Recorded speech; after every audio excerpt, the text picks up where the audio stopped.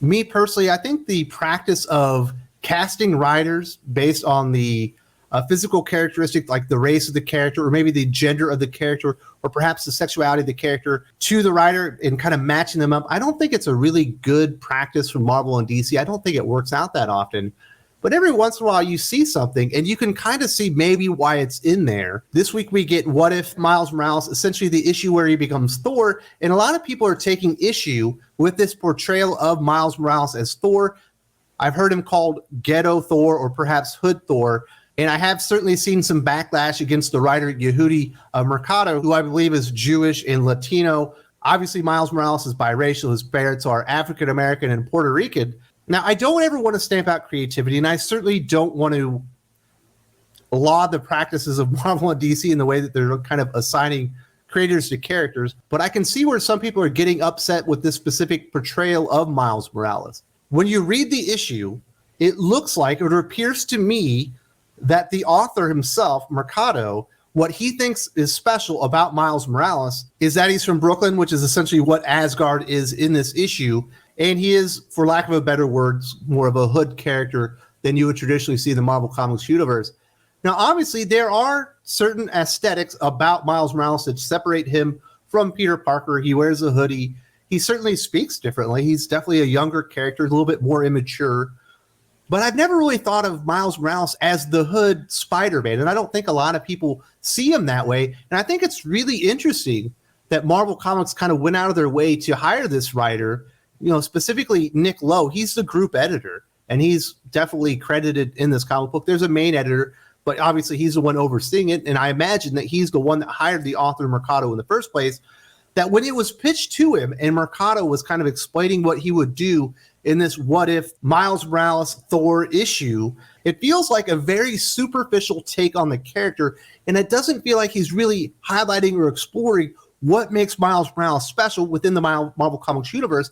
I'm surprised that Nick Lowe, the group editor of Spider-Man, and the person that's essentially in charge of making sure that Miles Morales is portrayed correctly, actually allowed this story to go through. Miles is a relatively new character in the Marvel Comics universe. He's only been around a little over a decade, and he certainly does need some fleshing out, in my opinion. I don't really read the current Miles Morales series because it's Saladin Ahmed.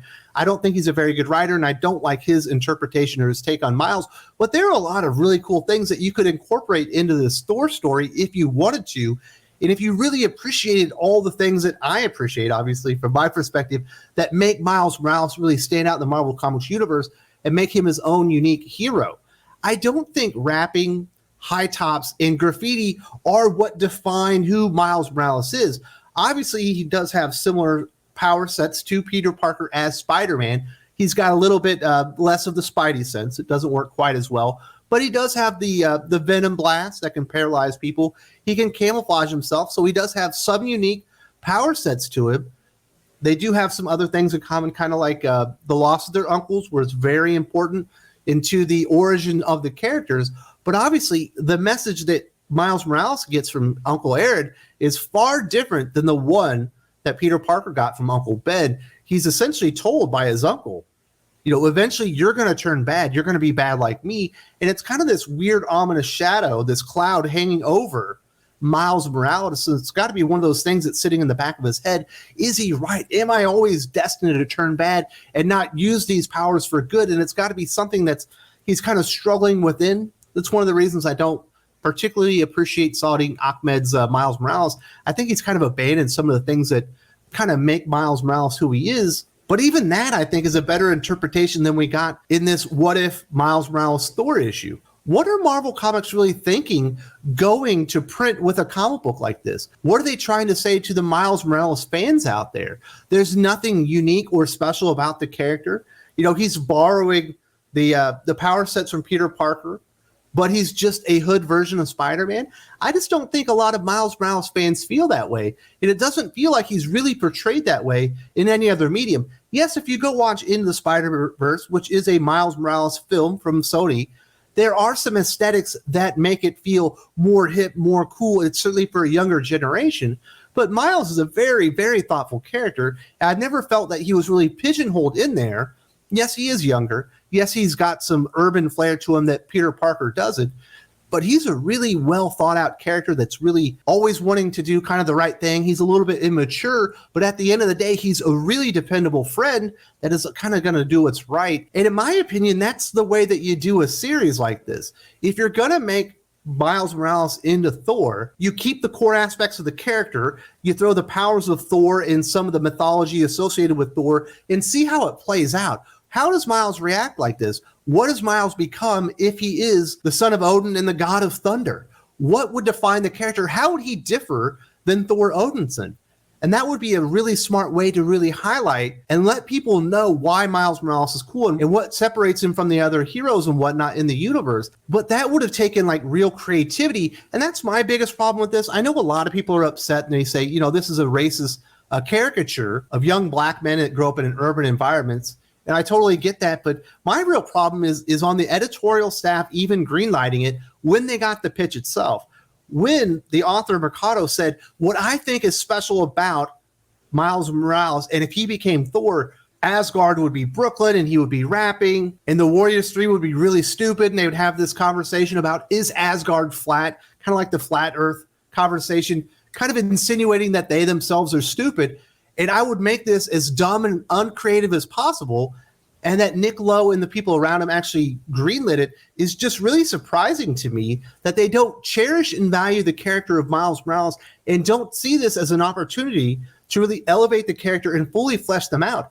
I don't particularly like these ideas that Marvel do, and they do them a lot, where they take the skins of other heroes, kind of like what Titty Howard was saying a few weeks ago with role-playing games, where you just take the powers, you know, and you set them on another character, and you just kind of pass them around because I think it makes the powers and the characters themselves less unique.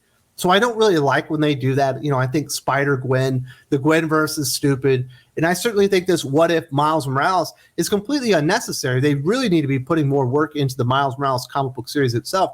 But if you were going to do it, at least take the opportunity to let Miles Morales shine and not really pigeonhole him and make him into the hood version of Thor. Because apparently the author and Nick Lowe even greenlit it, so maybe Marvel Comics proper themselves maybe see him as the hood version of Spider-Man. And perhaps that's one of the reasons that we've seen less interest in the Spider-Man comics featuring Miles Morales as of late anyway. You know, he's been a part of a very enormous, very successful video game, starred in it. Obviously, he starred in a really successful movie.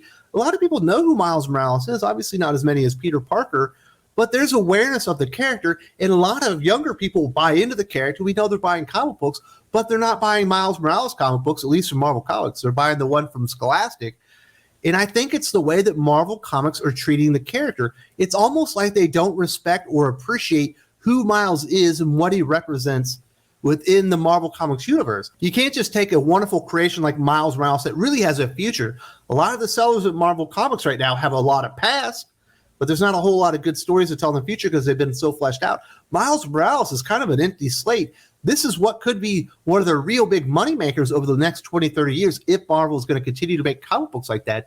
And you can't pigeonhole the character. You can't just make him a stereotype because you diminish what he represents within the universe itself and the future that he might have within comic books and the other stories that people really are going to want to tell with the character. There should be aesthetic associated with Miles Morales that differentiate him from Spider-Man, but at the core, you have to celebrate what makes him a great hero, what makes him somebody that you want to root for, what makes him somebody maybe you want to go have a lemonade with. I was going to say a beer, but he appears to be too young for an adult beverage like that.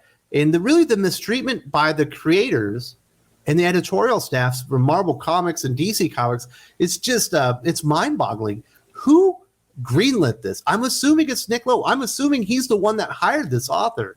But why would you even let him do it? Because this feels like an interpretation of the character that would have been in Mad Magazine, almost like a parody, more meant to disparage the character Miles Morales and celebrate him.